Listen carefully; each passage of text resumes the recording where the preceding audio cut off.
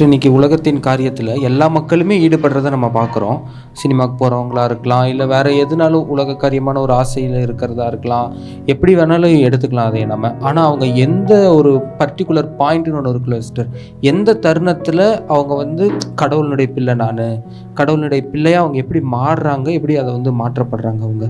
இந்த லிஸ்ட்டில் இன்னும் நிறைய பேர் இருக்காராங்க இல்லையா? நிறையா படத்தின் மீது பற்று இருக்கிறவங்க, கடவுளுக்கே வந்து நேரமே இல்லைன்னு சொல்கிறவங்க, சும்மா சர்ச்சுக்கு போயிட்டு வந்துக்கிட்டே இருப்பாங்க, அவ்வளோதான். ஆனால் கடவுளை பற்றியான எந்த ஒரு அறிவு ஞானம் அதெல்லாம் இருக்காது. இந்த மாதிரி ஆட்கள் நிறைய நம்மளை சுற்றி இருக்கிறாங்க. எப்போ ஒருத்தர் கடவுளின் பிள்ளைகள் ஆவார் அப்படின்னு சொல்லும்பொழுது யோவான் 1ஆம் நற்செய்தி 12:13 ரொம்ப தெளிவான பதிலே இதுக்கு தருது.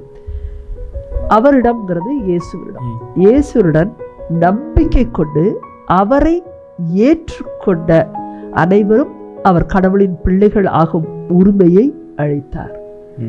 அப்போ நம்ம ஆஸ் கிறிஸ்டியன்ஸ் எல்லாருமே ஜீசஸ் தானே நம்புகிறோன்னு நம்ம நினைக்கிறோம். அதை நம்பி தானே நம்ம கோயிலுக்கு போய் ஜெபமெல்லாம் பண்ணுறோம் அப்படிலாம் நினைக்கிறோம். இது வந்து பழக்க தோஷத்தினால கூட வரலாம்.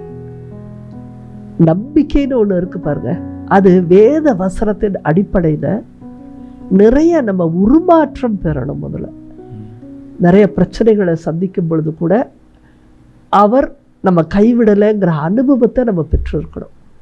வேத வசனங்களுடைய வாழ்க்கை முறையை அறிஞ்சவன் தான் நம்பிக்கை கொண்டவன். அவரிடம் நம்பிக்கை கொண்டு அவரை ஏற்றுக்கொண்ட, அந்த வார்த்தை வருதுல்ல, அவரை ஏற்றுக்கொண்டன்னு என்ன அர்த்தம்? அவர் சொன்ன எல்லாத்தையுமே ஏற்றுக்கொண்ட, அவர் கடைபிடிக்க சொன்ன எல்லாவற்றையும் ஏற்றுக்கொண்ட. அப்போ அவர் எல்லாத்தையும் பகிர்ந்து கொடுன்னு சொன்னார், இல்லாதவனுக்கு கொடுன்னு சொன்னார். ரொம்ப மினிமலிஸ்டிக் வாழ்க்கையை வாழ சொன்னாரா இல்லையா? கண்டிப்பாக சொன்னார். நம்ம யாருக்கிட்டேயுமே இன்னைக்கு இந்த மினிமலிஸ்டிக் வாழ்க்கையே இல்லை. ஆனால் அவர் சொன்னார், அதனால் நான் அப்படி வாழ்கிறேன் அப்படின்னு சில பேர் வாழ்கிறாங்க இல்லையா? அதுதான் அதீத நம்பிக்கை. அவருக்காக வாழ்கிற ஒரு நம்பிக்கையை கொண்டவர்கள் எல்லாருமே கடவுளின் பிள்ளைகள் ஆவர். அப்போ ஒருத்தர் கடவுளுடைய பிள்ளையாக மாறுறது வந்து நம்பிக்கை இருக்கணும், அதை ஏற்றுக்கொண்டு தன் வாழ்க்கையில் வந்து கடைபிடிக்கவும் செய்யணும் அவங்க பிள்ளையாக இருக்கிறவங்க.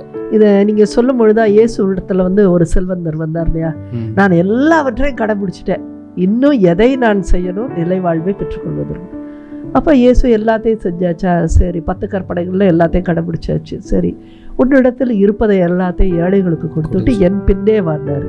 அவருக்கு முடிஞ்சிச்சு? அது முடியல. அப்போ அவரை அன்னைக்கு எவ்வளோதான் வந்து அன்பு செஞ்சிருந்தாலோ நம்பிக்கை இருந்திருந்தாலோ ஏற்றுக்கொள்ள முடியல இல்லை அன்னைக்கு. அப்போ அவர் பின்னாடி அன்னைக்கு அவர் போலையே. இன்னைக்கு வந்து நம்பிக்கைங்கிறது எப்படி இருக்குன்னா, தனக்கு காரியங்கள் ஆகிறதுக்காக இருக்குது. ஆனால் கடவுள் சொன்னதை ஏற்றுக்கொள்றதுங்கிறது ரொம்ப வித்தியாசம். அதில் 100 பேர்த்துக்கு 5 பேர் தான் இருப்பாங்க. மற்றவங்க எல்லாரும் தனக்கு காரியமாகிறதுக்காக கொண்ட நம்பிக்கையில தான்